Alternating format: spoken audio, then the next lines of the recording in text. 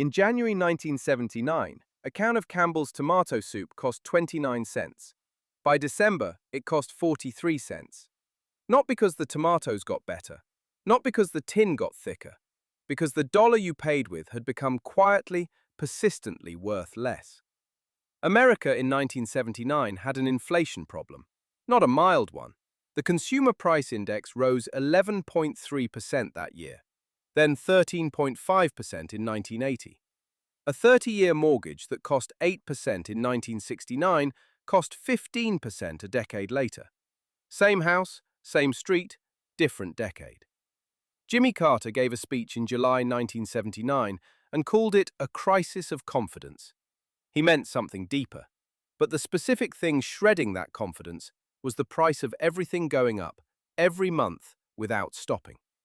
The economists had a name for it: stagflation. Stagnant growth and high inflation at the same time, a combination the textbook said couldn't happen. The tools governments had always used to fix one problem made the other worse. The usual remedies had run out. Something was going to give. The question was what, and who would pay. To understand what Volcker was up against, you need to understand the machine generating the inflation. Not the numbers, the mechanism. It had a name: the wage price spiral. Here is the simplified version. The United Steelworkers negotiated a new contract with Bethlehem Steel in 1979. Prices had risen 11%. Workers needed 11% more just to stand still. Bethlehem granted it. Then Bethlehem raised its steel prices to cover the labor increase. Ford pays more for steel. Ford raises car prices. Workers at the auto plants need another raise. The loop closes. Each link was rational. The steelworker was right to ask. Their grocery bill was genuinely higher. Bethlehem was right to grant it. They couldn't afford a strike. Ford was right to raise prices. Their costs had gone up. Nobody was lying. The system itself was the problem. By the mid-1970s, workers and companies had built inflation into their plans. Wage contracts included automatic inflation adjustments. Negotiations started with how much above inflation rather than whether. The spiral was no longer driven by greed. It was driven by anticipation. Everyone expected prices to rise, so everyone's behavior made prices rise. Breaking a spiral means breaking the expectation. And the only way to break an expectation is to do something large enough, painful enough, that the economy stops expecting what it had always expected before. Paul Volcker became chairman of the Federal Reserve in August 1979. He was 6 feet 7 inches tall, wore rumpled suits, smoked cheap cigars, and had spent his career as a Treasury official. He was not a political animal. He was a diagnostician. His diagnosis was precise. The Fed had lost credibility. When inflation spiked, the Fed would raise rates, and then, when unemployment rose and Congress complained, back off. Markets had learned the pattern. So when the Fed threatened to fight inflation, nobody believed it. And if nobody believes the threat changes nothing. Imagine you are running a factory in 1979. Your steel costs are up 12%. Your workers want 12% more. You have every reason to raise your prices. Every time the Fed had hiked rates in the past decade, it had backed down. So, you raise your prices. Volcker's prescription was to do the thing the Fed had never actually followed through on: raise rates, and keep raising them. Not until the first sign of pain, until inflation actually broke. He told Jimmy Carter, and later Ronald Reagan, what this would require. Rates high enough to cause a recession. Unemployment would rise. It would be unpopular. He was asking for permission to be unpopular. He got it. On October 6, 1979, a Saturday, deliberately chosen to let markets absorb the shock over the weekend, Volcker announced the starting gun. Nobody in the room was certain what would come next. When the Federal Reserve raises its target interest rate, it makes money more expensive to borrow throughout the entire economy. By 1981, the federal funds rate had reached 20%. The prime rate, what banks charged their best business customers, hit 21.5%. Mortgage rates hit 18%. Car loans hit 20%. Imagine you are a construction company in 1981. You borrow money to build houses, expecting to repay from sales. At 8% interest, the maths works. At 18%, it does not. You stop building. The workers you would have hired don't get hired. The slowdown cascades outward. The same calculation hit every industry that depends on borrowed money. Car sales collapsed. Nobody finances a car at 20%. Steel orders fell. By late 1981, industrial production was falling faster than at any point since the Great Depression. Factories across the Midwest were closing gates. And here is the mechanism that actually kills inflation.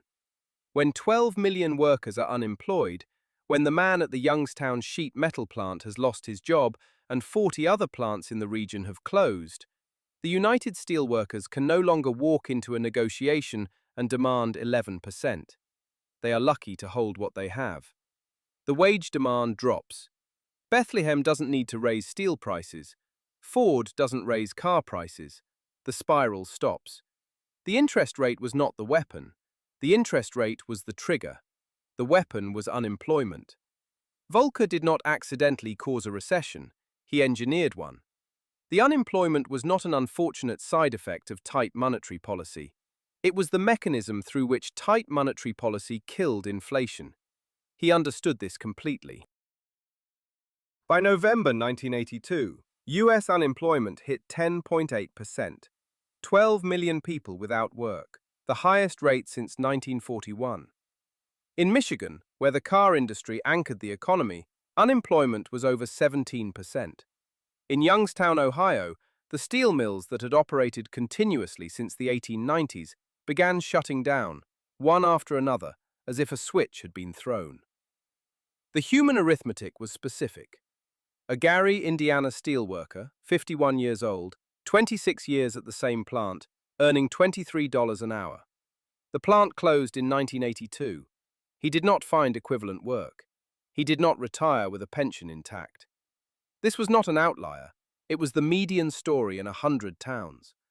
The political pressure was immense. Home builders mailed the Fed 2x4 planks of timber, wood they couldn't sell, with notes saying they were going out of business. Congress called for Volcker's resignation. Reagan's approval rating fell to 35% by January 1983. Reagan's own political advisors lobbied him to lean on Volcker, to call for rate cuts, to give the economy room to breathe. Reagan resisted. He had made a bet. If Volcker was right, the pain would be temporary and inflation would be gone. If Volcker backed down, inflation would return, and the suffering already inflicted would have been for nothing. Reagan held. Volcker held. It was, by any standard, one of the more consequential bets in post-war American economic history. In August 1981, while interest rates were still climbing and the recession was deepening, Ronald Reagan fired 11,347 air traffic controllers. The PATCO union had gone on strike for better pay and conditions. Reagan gave them 48 hours to return to work. Most of them didn't. He dismissed every single one and banned them from federal employment for life. The union was decertified. The signal was not subtle. If the government would break a skilled professional union mid-recession, when every leverage point favored management, then every other employer in America had received a message about where the balance of power now stood. Between 1979 and 1985, US manufacturing employment fell by nearly 2 million jobs. Private sector union membership, already in decline, accelerated sharply. The mechanism that killed inflation, mass unemployment in unionized industries, also permanently reduced the power of the workers in those industries to demand future wages. The tool was bigger than its stated purpose. The factories that reopened after 1983 hired fewer workers. The ones that didn't reopen became the Rust Belt. The wage-price spiral was broken. But so were the conditions that had made the spiral possible. A dense network of unionized, high-wage industrial jobs with the institutional power to demand a share of growth. Volcker broke the spiral. He also broke the ground on which the spiral had stood. Whether he intended the second break is a question economists still argue over. Whether it was a feature or a side effect is a question economics alone cannot answer. In 1983, the US economy grew 4.6%. In 1984, 7.2%, the fastest peacetime growth rate since the Second World War. Inflation had fallen to 4% and was still dropping. Interest rates were coming down. By almost every aggregate measure, the medicine had worked. Reagan won 49 states in November 1984. The slogan was, "Morning in America." Volcker was celebrated in financial circles as the man who had saved the economy. The bond market, which had spent a decade pricing in permanent inflation, began a multi-decade bull run on the credibility he had purchased. The deeper legacy was structural. Volcker did not just beat one inflation, he established a model. By refusing to flinch under political pressure, he permanently changed how central banks operate. Every major central bank now targets 2% inflation and grounds its authority in exactly this kind of demonstrated resolve. The template is 1981. But aggregate numbers tell the story of averages. In Youngstown, the steel mills did not reopen in 1984.